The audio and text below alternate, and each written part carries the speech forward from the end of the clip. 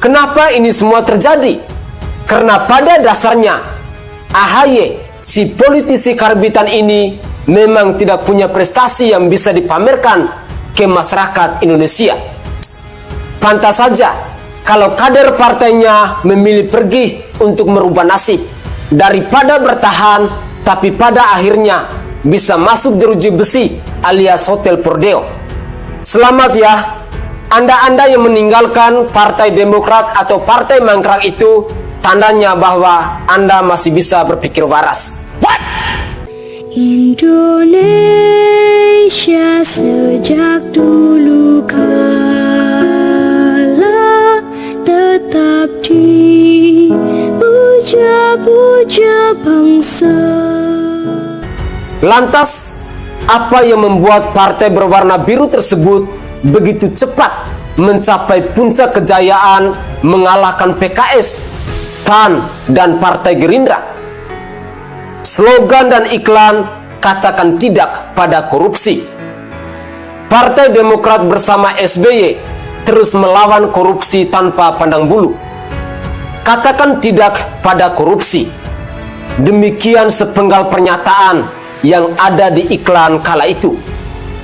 Saudaraku sebangsa dan setanah air, kalau dibandingkan dengan partai-partai yang lain kala itu, hanya Partai Demokrat yang berani secara terang-terangan mengatakan akan terus melawan korupsi tanpa pandang bulu. Hal ini yang kemudian membuat masyarakat berbondong-bondong memilih partai besutan SBY tersebut. Tapi apa faktanya? Ternyata itu semua hanya omong kosong alias bohong. Demikianlah judul lagu yang dinyanyikan oleh Popo Gingsul. Ternyata katakan tidak pada korupsi itu hanya strategi marketing saja, guna menarik minat orang untuk memilih Partai Demokrat. Faktanya bahwa slogan itu tidak benar-benar terpatri di hati dan pikiran kader Demokrat itu sendiri. Terbukti kok, orang yang menjadi bintang iklan katakan tidak pada korupsi, itulah yang justru korupsi. Angelina Sondak, bintang iklan pertama yang diciduk oleh KPK. Ia diketahui menerima suap terkait pembahasan anggaran pembangunan Wisma Atlet Palembang. Karena tidak jujur itu pun, Angelina Sondak harus menerima risiko yang sangat besar, yakni diberhentikan dari anggota DPR dan dijatuhi hukuman 10 tahun penjara. Partai Demokrat, partai ini awalnya begitu dikdaya hingga pemilu 2009. Baru tahun berdiri saja sudah berhasil mendapatkan 57 kursi di DPR atau meraih 7,45% suara. Partai Demokrat. Partai ini awalnya begitu dikdaya hingga pemilu 2009. Baru setahun berdiri saja sudah berhasil mendapatkan 57 kursi di DPR atau meraih 7,45% suara. Hebatnya lagi, Partai Demokrat juga mampu mengantarkan kadernya SBY terpilih menjadi presiden 2 periode. Puncaknya, pada pemilu 2009, partai ini memperoleh 150 kursi di DPR atau 26,4% dengan total raihan suara 20,4%. Bahkan, si Ibas yang tidak jelas rekam jejaknya apalagi prestasinya bisa memperoleh suara terbanyak kala itu lantaran mencalonkan diri lewat Partai Demokrat. Hebatnya lagi, Partai Demokrat juga mampu mengantarkan kadernya SBY terpilih menjadi presiden 2 periode. Puncaknya pada pemilu 2009, partai ini memperoleh 150 kursi di DPR atau 26,4%. Sehingga ia diprediksi akan jadi pemimpin masa depan atau jadi Presiden Republik Indonesia berikutnya untuk menggantikan si Raja Mangkrak yang kita kenal saat ini. Ternyata korupsi juga. Dan tidak hanya 3 orang itu. kader Demokrat yang korupsi, masih banyak lagi kader-kader yang lainnya. Lalu, apa akibatnya? Pada pemilu 2014, perolehan kursi di DPR dan suara Partai Demokrat merosot tajam setajam silet. Dari yang awalnya berada di posisi pertama, merosot menjadi posisi keempat dari 10 partai yang lolos ke parlemen. Dan dari yang awalnya mendapat 150 kursi di DPR menjadi hanya 61 kursi saja. Selamat ya kepada Ibu Angelina Sondak. Selanjutnya disusul oleh Andi Malarangeng yang juga ditangkap oleh KPK. Ia ditetapkan sebagai tersangka korupsi dalam kasus proyek Wisma Atlet Hambalang. Karir yang dia bangun selama bertahun-tahun pun hancur seketika karena korupsi tersebut. Bahkan yang lebih memalukan, Andi Malarangeng terpaksa harus mengundurkan diri dari kursi Menpora yang sebelumnya dipercayakan SBY kepadanya. Lagi dan lagi, ini semua terjadi karena tidak jujur. Yang terakhir, bintang iklan katakan tidak pada korupsi yang diciduk oleh KPK adalah Anas Urbaningrum.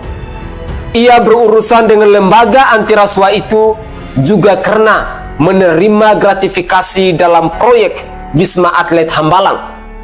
Tidak pelak, pasca ketahuan korupsi tersebut, masa depan Anas Urbaningrum jadi suram seketika. Padahal karirnya moncer banget kala itu.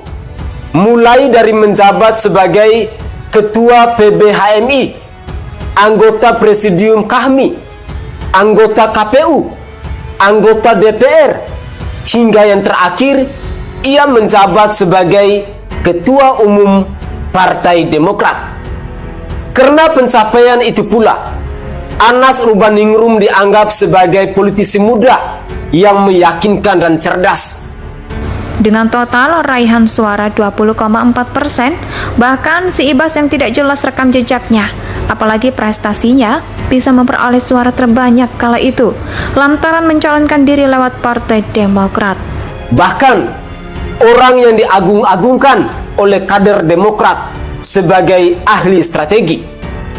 Apalagi sekarang, Partai Demokrat dipimpin oleh Agus Harimurti Yudhoyono atau AHY yang jadi ketum partai berkat giveaway dari bapaknya SBY. Maka makin ambruklah partai berlambang bintang Mercy itu. Akibatnya jadilah Partai Demokrat yang dipimpin oleh politisi karbitan digoreng dadakan 35 ribuan. Lihat saja kelakuannya. Hendak dikudeta oleh kader Demokrat yang lain, malah mengirim surat permintaan klarifikasi kepada Presiden Insinyur Haji Joko Widodo. Dia yang mau jadi cawapres, tapi yang dibangga-banggakan justru prestasi bapaknya si Raja Mangkrak itu. Kenapa ini semua terjadi? Karena pada dasarnya AHY, si politisi karbitan ini, memang tidak punya prestasi yang bisa dipamerkan ke masyarakat Indonesia. Bayu Erlangga yang terpilih sebagai Ketua DPD Partai Demokrat Jawa Timur lewat jalur resmi yakni Musda, tapi yang dilantiknya adalah Emil Dardak. Sukamto yang didukung oleh mayoritas PAC sebagai calon Ketua DPC Partai Demokrat Samarinda, tapi malah berkati yang ditunjuk. Jadi wajar jika kader Demokrat beramai-ramai untuk meninggalkan partai yang mau karam itu. Ngeri, ternyata dampak korupsi tidak hanya ke pelaku, tapi juga merembet ke partai pengusungnya. Saudaraku sebangsa dan setanah air, para penonton kanal YouTubeku yang sangat saya hormati dan sangat saya cintai. Kalau dipikir-pikir, wajar juga sih Partai Demokrat diberi sanksi sosial seperti itu. Karena kadernya adalah muka korupsi yang dilakukan secara berjemaah, secara sistematis, yang mengakibatkan proyek mangkrak menganga di mana-mana kala itu.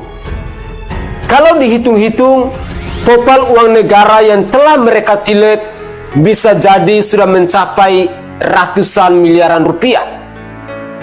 Sesuai prediksi, pada pemilu 2019, perolehan suara Partai Demokrat turun lagi. Dari posisi keempat menjadi posisi ketujuh, partai yang lolos ke Senayan. Padahal kala itu, yang jadi ketua umum masih si Raja Mangkrak, yang selalu play victim dan buat album lagu.